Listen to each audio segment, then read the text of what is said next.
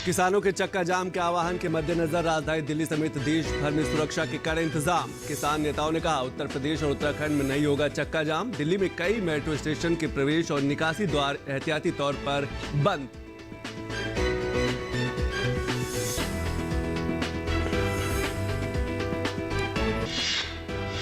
कृषि मंत्री नरेंद्र सिंह तोमर ने राज्यसभा में राष्ट्रपति के अभिभाषण पर चर्चा के दौरान कहा सुधारों को काला कानून बताने वाले नहीं बता पाए, कानून में कमियां। प्रदर्शनकारी किसानों के आज चक्का जाम को लेकर दिल्ली और अन्य जगहों पर पुलिस हाई अलर्ट पर।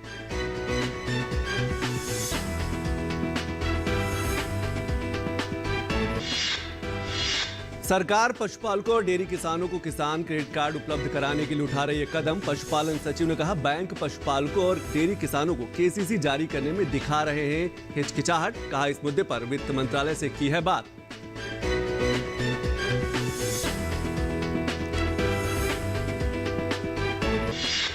और दिल्ली हाट में चल रहा ट्राइब्स इंडिया आदि महोत्सव का विषय जनजातीय शिल्प, संस्कृति और वाणिज्य की भावना का एक उत्सव। वोकल फॉर लोकल की शानदार वानगी पेश करता आदि महोत्सव।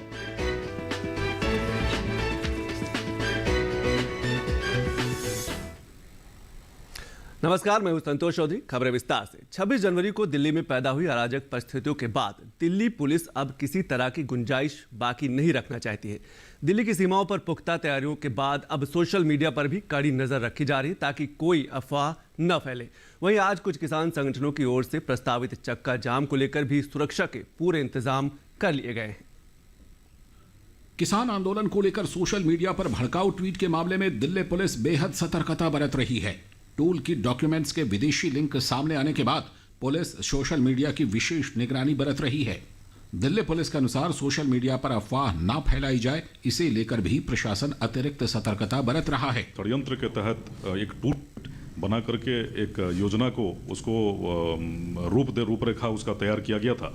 तो उसी तरह ये जो इस प्रकार के जो बड़े कार्यक्रम होते हैं उसके बहाने दिल्ली पुलिस के प्रति या अलग अलग चीज़ों का जो गलत तस्वीरें, मिथ्या और भ्रांति जो फैलाने की, दुष्प्रचार की जो कोशिशें होती हैं सोशल मीडिया पे, उस प्रकार की कोशिश ना हो पाए, इसलिए हम लोग सोशल मीडिया के ऊपर भी हमारी नज़र बनाए हुए हैं। किसान आंदोलन की आड़ में शांति भंग करने की अंतर्राष्ट्रीय साजिश के संकेत मिलने के बाद भारत सरकार हर स्तर पर चौकस दिख रही है।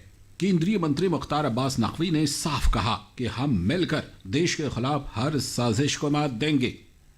हमेशा जो है वक्त बहुत ही नाजुक है, हम पर हमले दर हमले हैं। दुश्मन का दर्द यही तो है, हम हर हमले पर संभले हैं। तो ऐसे कोई भी हमले होंगे वो पूरी तरह से परास्त करेंगे देश के लोग, और देश जो है वो मजबूती के साथ आत्मनिर्भर देश बन रहा है। किसानों को आत्मनिर्भर बनाने के साथ साथ जो हमारी कृषि है, जो हमारे किसान हैं, उनकी तरक्की, उनके सशक्तिकरण के लिए सरकार समर्पित। वहीं केंद्रीय कृषि राज्य मंत्री कैलाश चौधरी ने मौजूदा परिस्थितियों के लिए विपक्षी पार्टियों को जिम्मेदार ठहराया और कहा कि वही इस आंदोलन को हवा दे रहे हैं। इस समय कुछ लोग इस बिल के अंदर जो चीज है ही नहीं इस कानून के अंदर, उस चीज को ही वो जनता के बीच में या किसानों के बीच में परोसना चाह रहे हैं। इसमें सबसे ज्यादा राजनीतिक पार्टियों की भूमिका है, जो विपक्ष है उसकी भूमिका। दिल्ली पुलिस की साइबर सेल ने स्वीडिश एक्टिविस्ट ग्रेटा थनबर्ग की ओर से ट्वीट किए गए डॉक्यूमेंट की जांच शुरू कर दी है। गुरुवार को दर्ज एफआईआर के बाद पुलिस अब इस बात की जांच में जुटी है कि आरोपी टूल किट के पीछे कौन कौन लोग या संस्थाएं हैं। उधर शनिवार यानी 6 फरवरी को किसान संगठनों ने देश भर में चक्का जाम करने की घोषणा की है। किसान संगठनों का कहना है कि देश भर में 3 घंटे का सांकेतिक चक्का जाम किया जाएगा। हालांकि कई किसान संगठनों का कहना है कि दिल्ली में चक्का जाम नहीं होगा, लेकिन 26 जनवरी की हिंसा के बाद दिल्ली पुलिस अपनी तरफ से तैयारियां पूरी रखनी चाहती है। दिल्ली पुलिस ने किसी भी तरह के हंगामे से निपटने के लिए पूरी व्यवस्था की है। दिल्ली पुलिस का कहना है कि दिल्ली की सीमाओं पर ऐसी व्यवस्था की जा रही है कि कोई भी प्रदर्शनकारी कल शहर में घुस न पाए। इसके लिए पड़ोसी राज्यों की पुलिस के साथ भी दिल्ली पुलिस लगातार संपर्क बनाए हुए है। दिल्ली पुलिस अभी तमाम बॉर्डर पे जहां पे इनकी मौजूदगी है वहां पे कड़ी सुरक्षा का बंदोबस्त किया है ताकि कोई उपद्रवी दिल्ली के अंदर प्रवेश ना कर सके। तमाम जिलाधिकारियों को यह निर्देश दिया गया है कि वो अपनी व्यवस्था दुरुस्त करके उसको कायम रखें और कहीं पे भी उपद्रव होने पर उसको तुरंत कानून के गिरफ्त में लाएं। फिलहाल 26 जनवरी की घटना के बाद दिल्ली, यूपी, हरियाणा समेत तमाम राज्यों की सरकारें सतर्क हैं और किसी भी स्थिति से निपटने के लिए तैयार भी। News night desk, DD news. और राज्यसभा में राष्ट्रपति के अभिभाषण पर चर्चा समाप्त हो गई है। सरकार सोमवार को इस पर अपना जवाब देगी। 3 दिन तक चली चर्चा के केंद्र में देश के किसान रहे, जिससे विपक्ष ने कृषि कानूनों को वापस लेने की बात की तो सत्ता पक्ष ने सिलसिलेवार तरीके से विपक्ष की आशंकाओं को खारिज भी किया। सत्ता पक्ष की तरफ से मोर्चा कृषि मंत्री नरेंद्र सिंह तोमर ने संभाला और कहा कि विपक्ष ये नहीं बता रहा है कि कृषि कानून में खराबी कहां पर है। राज्यसभा में राष्ट्रपति के अभिभाषण पर 15 घंटे से भी ज्यादा चली मैराथन बहस खत्म हो गई। 3 दिन तक चली बहस के केंद्र में देश के किसान रहे, जिसमें विपक्ष ने कृषि कानूनों को वापस लेने की बात की तो सत्ता पक्ष ने सिलसिलेवार तरीके से विपक्ष की आशंकाओं को खारिज किया। सत्ता पक्ष की तरफ से मोर्चा कृषि मंत्री नरेंद्र सिंह तोमर ने संभाला और कहा कि कृषि कानून में खराबी कहाँ है। हमने ये जरूर कहा है कि आप प्रावधान में कहां गलती है विनम्रता पूर्वक हमारा ध्यान आकर्षित करिए। हमने जो उनकी भावना के अंतर्गत जिन बिंदुओं को चिन्हित किया जा सकता था उनको भी चिन्हित करके बताया कि हमको आपकी लगती है कि आपको यह शंका है कि एपीएमसी खत्म हो जाएगी, तो हम इस पर विचार करते हैं। एपीएमसी खत्म नहीं होगी। हमने एक के बाद एक उनको प्रस्ताव देने का भी प्रयत्न किया, लेकिन मैंने साथ में यह भी कहा कि अगर हम भारत सरकार किसी भी संशोधन के लिए तैयार है, इसके मायने ये नहीं लगाना चाहिए कि किसान कानून में कोई गलती है। चर्चा में बोलते हुए कृषि मंत्री ने कहा कि मोदी सरकार किसानों के हित के प्रति प्रतिबद्ध है। सरकार किसानों की हर शंका को दूर करने को तैयार भी है। खरीद में ट्रांसपेरेंसी आए, ई ट्रांजैक्शन बढ़े, किसान को वाजिब दाम मिले, इलेक्ट्रॉनिक ट्रेड बढ़े। इसके लिए 1000 मंडियों को ई नाम मंडी के रूप में परिवर्तित किया और 1000 और अब कर देंगे। बजट में प्रावधान हो गया।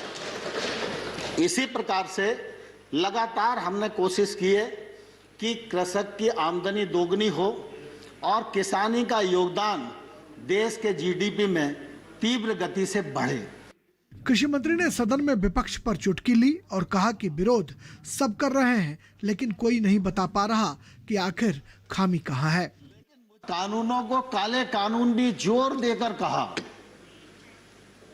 लेकिन मैं आजाद साहब और आने भाई आपको बताना चाहता हूं कि मैं किसान यूनियन से भी 2 महीने तक यही पूछता रहा कि कानून में काला क्या है, एक मुझे बताओ तो मैं उसको ठीक करने की कोशिश करूं। कानून खराब है, कानून को रिपील कर दीजिए, वो हो ही जाएंगे और ऐसा वैसा सब लोगों ने अपनी बात की और करना भी चाहिए उन्हें, लेकिन कानून के प्रावधान को ये किसान के प्रतिकूल है, यह कम से कम किसी ने बताने की कोशिश नहीं की। राष्ट्रपति के अभिभाषण पर चर्चा के दौरान अनेक विपक्षी पार्टियों ने किसानों के लिए अपनी प्रतिबद्धता दिखाने की कोशिश की। मोदी सरकार 2018 में दिसंबर 2018 में उस कानून को खत्म करने की साजिश कर ऑर्डिनेंस जारी की थी। तब समूचे देश के किसान, सारे लोग, एनजीओ सभी ने उठ खड़े हो गए। सारे अपोजिशन पार्टी के लोग भी खड़े हो गए।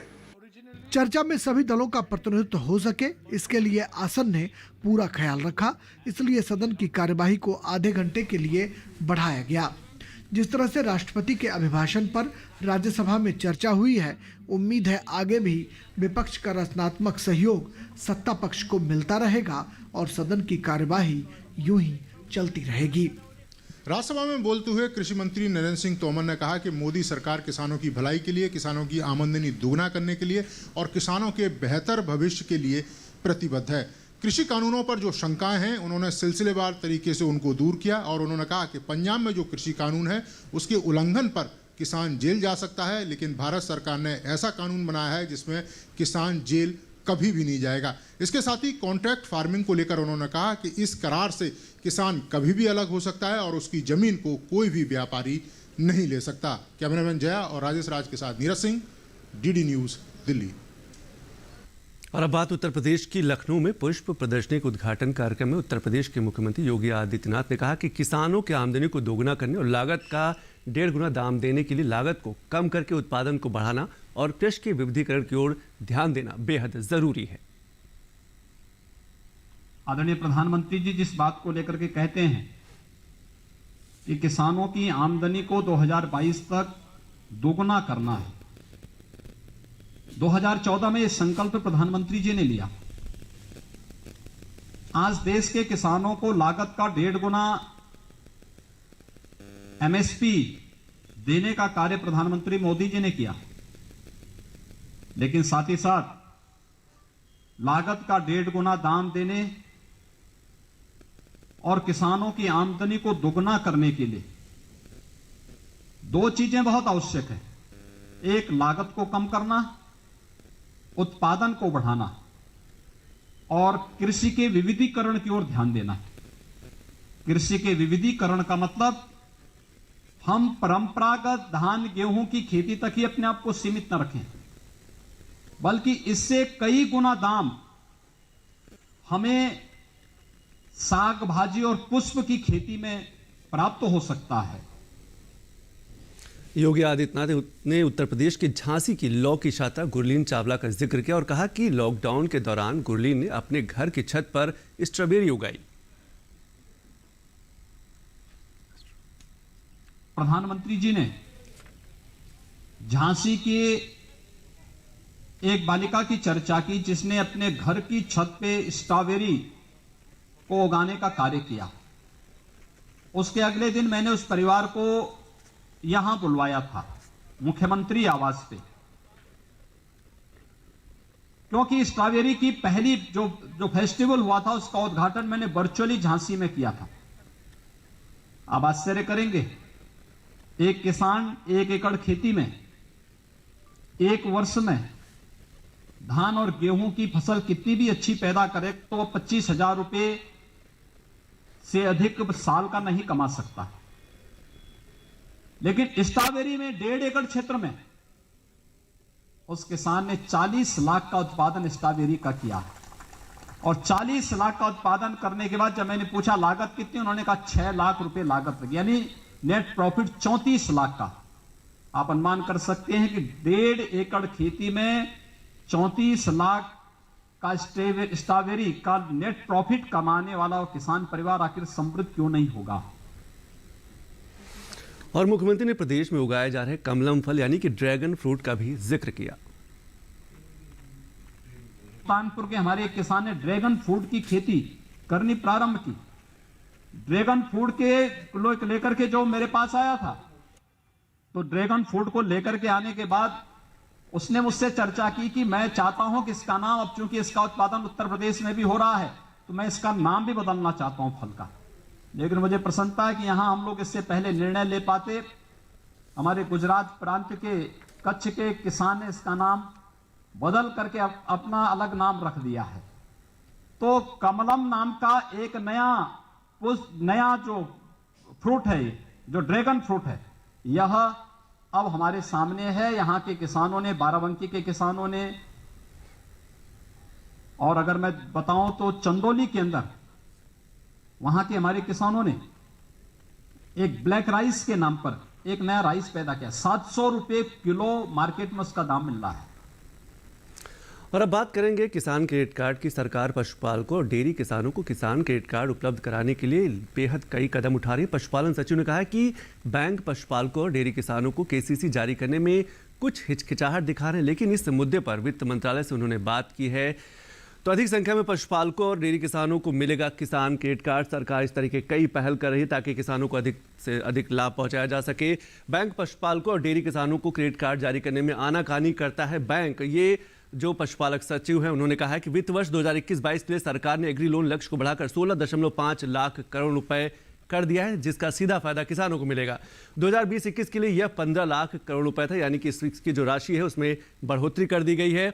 इसके साथ साथ केसीसी फसल उगाने वाले किसानों को जारी किया जाता है, लेकिन अब इसको विस्तार दे दिया गया। इसमें अब पशुपालक भी शामिल किए जा रहे हैं, डेयरी फार्मिंग करने वाले भी शामिल किए जा रहे हैं। 2018 में इसका विस्तार मत्स्य पालन, पशुपालकों और डेयरी किसानों के लिए भी कर दिया गया ताकि अधिक से अधिक लोगों को इसके दायरे में लाया जा सके। बैंकों को ऋण विस्तार के नए क्षेत्र से तालमेल बिठाने में अभी समय लगता है, ये सचिव ने कहा है, लेकिन वित्त मंत्रालय से बात की गई है केसीसी जारी करने में हिचकिचाहट को दूर करने को लेकर बैंकों से समन्वय का लगातार प्रयास किया जा रहा है ताकि किसानों को ज्यादा भागदौड़ न करना पड़े। किसान क्रेडिट कार्ड पर लिए गए 3 लाख रुपए तक के लोन की ब्याज दर वैसे तो 9% यानी कि सालाना 9%, लेकिन सरकार इसमें 2% की सब्सिडी देती है। इस तरह ये 7% पड़ता है। इससे किसानों को काफी लाभ होता है, लेकिन अगर किसान समय पर लौटा देता है तो 3% और छूट मिल जाती है, यानी कि उसको सिर्फ 4% का ब्याज देना होता है। यानी कि इस तरह ईमानदार किसानों के लिए मात्र 4% जो ब्याज है वो किसान क्रेडिट कार्ड पे रह जाती है। सरकार सब्सिडी देती है। खेती किसानी, मछली पालन और पशुपालन से जुड़ा कोई भी व्यक्ति केसीसी का लाभ ले सकता है, यानी कि वो आवेदन कर सकता है। केसीसी लाभ के लिए न्यूनतम उम्र 18 साल और अधिकतम जो है वो 75 साल होनी चाहिए, यानी कि इन 2 उम्रों के बीच में ही जो किसान है वो आवेदन कर सकता है। किसान की उम्र 60 साल से अधिक हो है तो एक को एप्लीकेंट भी लगेगा, यानी कि आपको किसी को जोड़ना होगा जिसकी उम्र 60 से कम हो। किसान के फॉर्म भरने के बाद बैंक कर्मचारी आगे की जो कार्रवाई है वो देखेगा कि आप इसके लिए योग्य है या नहीं, यानी कि किसान क्रेडिट कार्ड के योग्य हैं कि नहीं। उसके बाद आपको केसीसी दिया जाएगा।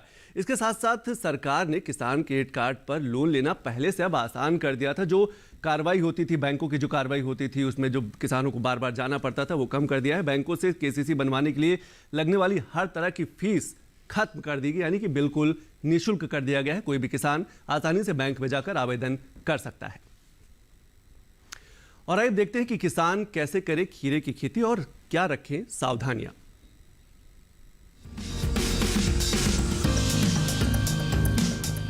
ये मौसम खीरे की बुआई के लिए अनुकूल है। खीरे की बुआई फरवरी, मार्च और जून जुलाई में की जा सकती है। किसान खीरे की कई किस्मों की बुआई इस समय कर सकते हैं, जैसे पूसा उदय। खीरे की पूसा उदय किस्म की बुआई दिल्ली में की जा सकती है। 1 हेक्टेयर से 156 क्विंटल पैदावार ली जा सकती है। पूसा उदय का फल मध्यम आकार का होता है। इसकी लंबाई 13 से 15 सेंटीमीटर तक होती है। इसका रंग हल्का हरा होता है और निचले भाग से 1/3 भाग तक सफेद हरी धारियां होती है। छिलका नरम होता है। इसके अलावा किसान पूसा बरखा की बुआई कर सकते हैं। ये किस्म भी दिल्ली में लगाने के लिए काफी अनुकूल है। 1 हेक्टेयर से 185 क्विंटल तक फसल ली जा सकती है। खीरे की बुआई से पहले खेतों को अच्छी तरह तैयार कर ले। खीरे की बुआई के लिए 1 हेक्टेयर के लिए 2 से 2.5 किलो बीज पर्याप्त है। बुआई करते समय पंक्ति से पंक्ति की दूरी 150 सेंटीमीटर और बेल से बेल की दूरी 60 सेंटीमीटर रखें। अगर बात सिंचाई की करें तो शुरू में फसल की जरूरत के अनुसार सिंचाई करें और फूल आने की अवस्था में हर 5वें दिन फसल में सिंचाई करें। खरपतवार नियंत्रण के लिए फसल में समय समय पर निराई गुड़ाई करते रहें। खीरे की फसल में लाल कीड़े के हमले की आशंका रहती है। साथ ही लाल कीड़े के अलावा खीरे की फसल में फल मक्खी का हमला भी हो सकता है। ऐसे में किसान विशेषज्ञों की सलाह पर उचित दवाओं का छिड़काव करें।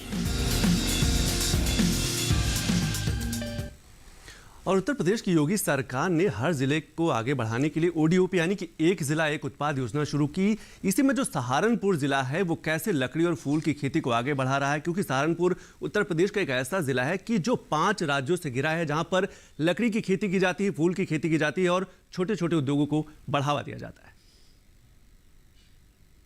किसानों की आय 2022 तक दोगुनी हो, इसके लिए सरकार कई तरीके के प्रयास कर रही है, लेकिन इसके साथ साथ ये भी जरूरी है कि खेती के साथ साथ जो छोटे उद्योग हैं उनको भी बढ़ावा दिया जाए। इसी विषय पर आज बात करने के लिए उत्तर प्रदेश के पूर्व आयुक्त हैं हाफिज उस्मान साहब, उनसे जानने की कोशिश करते हैं कि उत्तर प्रदेश के कई ऐसे जिले हैं जहां पर छोटे उद्योगों को बढ़ावा दिया जा रहा है। देखिए, सहारनपुर एक ऐसा जिला है पूरे उत्तर प्रदेश में कि जो 5 सूबों से मिला हुआ है, वो जिला ऐसा है। मसलन खुद उत्तर प्रदेश है, सहारनपुर का आखिरी जिला है यूपी का, उसके एक कोने से मिला हुआ है उत्तराखंड है, दूसरे कोने से हिमाचल मिला हुआ है, तीसरे कोने से अंबाला हरियाणा मिला हुआ है, चौथे कोने से जो है पंजाब मिला हुआ है। तो ऐसा सूबा मैं समझता हूँ कि उत्तर प्रदेश में कोई नहीं है जैसा सहारनपुर है। और चूँकि देहरादून तक जो है पहाड़ी इलाका है तो इसलिए लकड़ी बहुत ज़्यादा है। तो इसलिए जो लकड़ी का कारोबार है सहारनपुर में हिंदुस्तान में सबसे बड़ा, सबसे अच्छा और खूबसूरत जो है नक्काशी का काम अगर कहीं होता है तो वो सहारनपुर में होता है। और सहारनपुर में छोटे से लेकर बड़ी जो लकड़ी के काम हैं वो बनाए जाते हैं। स्टूल भी उसमें बनती है, रेहले भी उसमें बनती है, चम्मच उसमें बनती है, है और उसमें हर वो चीज़ जो घर में काम आने वाली चीज़ें होती हैं लकड़ी की, वो सहारनपुर में बनाई जाती हैं और उसे एक्सपोर्ट भी बहुत शानदार तरीके से वहाँ से होता है। मैं समझता हूँ सहारनपुर ज़िला जो है उत्तर प्रदेश में लकड़ी के काम में सबसे ज़्यादा रेवेन्यू देने वाला ज़िला है। तो इसलिए अगर गवर्नमेंट उसे बढ़ावा देगी तो रोज़गार से लोग उसमें जुड़ेंगे और प्रदेश का नाम और उत्तर प्रदेश के साथ साथ मुल्क का नाम होगा। आपने कारीगरी का जिक्र किया है, पिछले दिनों सरकार ने भी वोकल फॉर लोकल यानी कि जो स्थानीय उत्पाद हैं उनको बढ़ावा देने की बात की। तो आपको लगता है कि समय आ गया है कि जो छोटे कारीगर हैं, चाहे वो बढ़ई हो, कुम्हार हो, इनकी जीवन शैली को और बढ़ावा देने की जरूरत है। इनके भी जो उत्पाद हैं उनको एक मार्केट मिल जाए, बाजार मिल जाए, ताकि उनका भी परिवार चले। देखिए, जो लकड़ी का कारोबार है वो इन्हीं लोगों से, जिनका नाम आपने लिया, बढ़ियों से जुड़ा हुआ कारोबार है। जो आपने कहा छोटे उद्योग हैं उनसे जुड़ा हुआ है, जो छोटे वर्कर हैं उनसे जुड़ा हुआ काम है। उनके हाथ में अपने दस्तकारी है, वो उसे अपना काम को खुद कर सकते हैं, आगे बढ़ा सकते हैं, किसी के मोहताज नहीं है। आप उसे जो है नौकरी की ज़रूरत नहीं है, उन्हें काम की ज़रूरत है। काम भी उनके पास अपना है, हुनर है, वो उसमें लगकर आगे बढ़ सकते हैं। फूल की खेती काफ़ी बड़ी मात्रा में की जाती है, फूलों की काफ़ी बड़ा व्यवसाय है। क्या आपको लगता है कि इसमें भी समय समय पर प्रशिक्षण देने की ज़रूरत है, युवाओं को और जोड़ने की ज़रूरत है, ताकि इस खेती को, इस व्यवसाय को और आगे बढ़ाया जा सके? तो जो फूलों का कारोबार है वो भी एशिया का सबसे बड़ा कारोबार माना जाता है। फूलों की खेती कितनी खूबसूरत है, देखने में भी अच्छा लगता है और लोगों को रोज़ ज़रूरत पड़ती है। ऑफिस में जो जाते हैं तो फूल ही तो दिए जाते हैं, शादियों में फूलों का इस्तेमाल होता है, मज़ारों पे फूल चढ़ाए जाते हैं, जो मंदिर है हमारे वहाँ हर दिन हर रोज़ फूलों का इस्तेमाल होता है। इसलिए बड़ा काम है, अगर फूलों का कहीं है उत्तर प्रदेश में वो सहारनपुर है, इसलिए उसे बढ़ावा देने की ज़रूरत है और खेती से भी रिलेटेड है। तो इसलिए गवर्नमेंट उसके ऊपर ज़्यादा तवज्जो गवर्नमेंट को देनी चाहिए। लोगों को बाजार नहीं मिल पाता, इसलिए वो सामान बेच नहीं पाते, सही कीमत नहीं मिल पाती। देखिए, लोगों के पास चूँकि पैसा बहुत ज़्यादा नहीं है, इसलिए जो हुनर उनके पास है, लकड़ी उनके पास है, हुनर उनके पास है, वो उस लकड़ी को तराश के बनाते हैं, उसे जो है कुर्सी बनाते हैं, मेज़ बनाते हैं, टेबल बना देते हैं, उसमें प्याले बना देते हैं। दुनिया भर की जो चीज़ें वो हुनर ही से तो बनती है। चूँकि पैसा नहीं है, पैसा ना होने की वजह से उनका प्रोत्साहन नहीं है, गवर्नमेंट की तरफ से कोई मदद नहीं मिल रही है, लोन वगैरह भी सही तौर पर नहीं मिलता है, तो वो जो पैसा है वो दो चंद लोगों के पास चला जाता है, जो बिजनेसमैन है, वो उस उनके हुनर की को जो है एक्सपोर्ट करते हैं बाहर। तो पैसा चंद लोगों के पास गया, आम आदमी के पास नहीं गया है। इसलिए गवर्नमेंट को कोशिश ये करनी चाहिए कि बैंकों के जो मामलात हैं उसे बिल्कुल आसान बनाए, लोगों को लोन दे और लोन पे भी जो ब्याज दर है उसे घटाए। बाजार ज़रूर उपलब्ध कराया जाए, ताकि जो लकड़ी के कारीगर हैं या जो फूल की खेती करने वाले किसान हैं उनको बाजार मिल सके, सही कीमत मिल सके और अपनी जो परिवार की उनकी स्थिति है वो बेहतर हो सके। संतोष चौधरी, टीडी न्यूज़, दिल्ली। और खरीफ विपणन सीजन को लेकर देश भर के अलग अलग राज्यों से समर्थन मूल्य पर धान की खरीदी की जा रही, खरीफ की जो फसलें उनकी खरीदी की जा रही, ताकि जो किसान उनको सीधे तौर से फायदा पहुंचाया जा सके। खरीफ विपणन सत्र 2020-21 के दौरान न्यूनतम समर्थन मूल्य का क्रियान्वयन किया गया है और देश के अलग अलग राज्यों से किसानों से खरीदी की जा रही है। 18,67,429 किसानों से 26,432.54 करोड़ रुपए के लाभ जो कपास के किसान हैं उनको मिला है। देश भर के किसानों से 90,39,092 गांठों की खरीद की गई है, यानी कि जो कपास की खेती करते हैं उनसे किसानों से खरीदी की गई है। खरीफ 2020-21 के लिए धान की खरीद सुचारू रूप से देश भर में चली। अगर हम राज्यों की बात करें तो उसमें पंजाब है, हरियाणा है, उत्तर प्रदेश है, तेलंगाना है, उत्तराखंड, इसके अलावा तमिलनाडु है, चंडीगढ़ है, जम्मू और कश्मीर है, केरल है, गुजरात है। इन राज्यों से खरीदी की जा रही है। छत्तीसगढ़, ओडिशा, मध्य प्रदेश, महाराष्ट्र से भी लगातार समर्थन मूल्य पर किसानों से खरीदी की जा रही है। झारखंड, असम, कर्नाटक और पश्चिम बंगाल से धान की खरीदी किसानों से की जा रही है।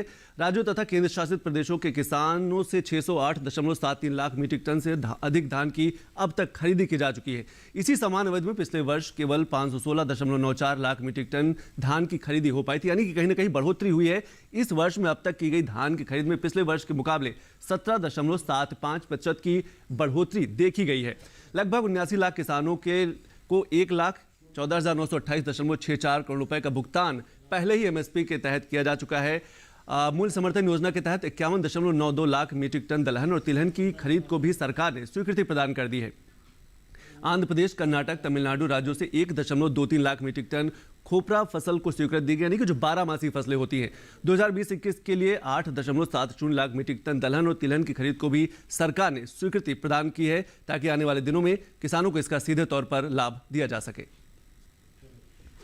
और जनजातीय कार्य मंत्रालय द्वारा दिल्ली हाट में चल रहा ट्राइब्स इंडिया आदि महोत्सव सभी के लिए आकर्षण का केंद्र बना हुआ है। महोत्सव का विषय जनजातीय शिल्प, संस्कृति और वाणिज्य की भावना का एक उत्सव है। वोकल फॉर लोकल की शानदार वानगी पेश करता आदि महोत्सव में सभी 100% जैविक उत्पादों का आप लुत्फ उठा सकते हैं। पेश है खास रिपोर्ट।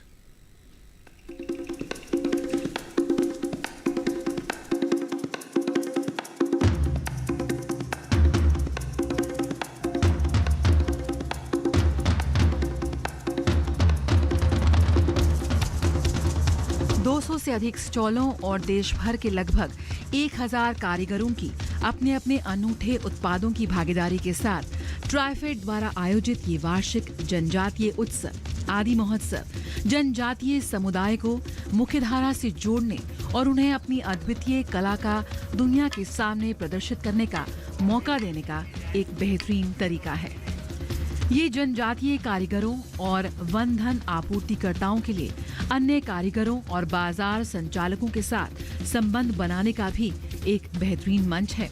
राजधानी के शहरी निवासियों के लिए ये उत्सव जनजातीय समुदाय के प्राकृतिक तरीकों के बारे में अधिक जानने और उनकी सादगी को आत्मसात करने का एक अवसर है। यहाँ पे अब सोचिए कोंडा गांव बस्तर से मयूरभंज से जो दूरस्थ हर राज्य के दूरस्थ क्षेत्र हैं वहाँ हमारे आदिवासी कलाकार रहते हैं। अब वो वहाँ से निकल के सीधे दिल्ली के बड़े बाज़ार में आए हैं और यहाँ पे इतनी सब उनसे जोश खरोश के साथ उनका हम लोग स्वागत कर रहे हैं, तो वो भी बहुत उत्साहित हैं। और this is providing market access to tribal entrepreneurs जो बहुत दूर क्षेत्रों में रहते हैं। तो एक तो वो सीधे मार्केट को एक्सेस हुआ और अपनी सामग्रियों को अच्छी कीमतों में बेच रहे हैं, तो जो बिचौलियों का उन पर एक कंट्रोल रहता है वो हट जाता है। तो एक बहुत ये मेजर इंटरवेंशन है जहाँ पे आदिवासियों को बाज़ारों में सीधे विक्रय करने का मौका मिलता है और अपनी सामग्रियों को सही कीमतों पर अच्छी फुल कीमतों पर विक्रय करते हैं। यानी यही है कि हमारे यहाँ बनती है साड़ी, लेवल बनारस का लगता है और कोई मार्केट नहीं है हमारे यहाँ, इसलिए हमें बनारस देना पड़ता है साड़ी। अब कुछ सालों से जो हमें मार्केट मिला हुआ है, हम लोग बाहर निकल रहे हैं, तो अब अपनी खुद पहचान बन रही है कि हमारे यहाँ की साड़ी ये मऊनाथ भंजन की है, मुबारकपुर की है, ये सब पहचान हमारी खुद बन रही है धीरे धीरे। मिनिस्ट्री ऑफ टेक्सटाइल की तरफ से मैडम काफ़ी प्रोग्राम मिलता है हम लोग को करने के लिए। इससे पहले ODP का भी प्रोग्राम लगाए थे, 1 डिस्ट्रिक्ट 1 प्रोडक्ट, उसमें भी दुकान थी हम लोग, काफ़ी अच्छा प्रोडक्शन था हम लोग का, काफ़ी अच्छा मतलब पहचान हमारी बन रही है इसमें धीरे धीरे प्योर। तो इन्हीं खबरों के साथ किसान समाचार में आज बस इतना ही। नमस्कार।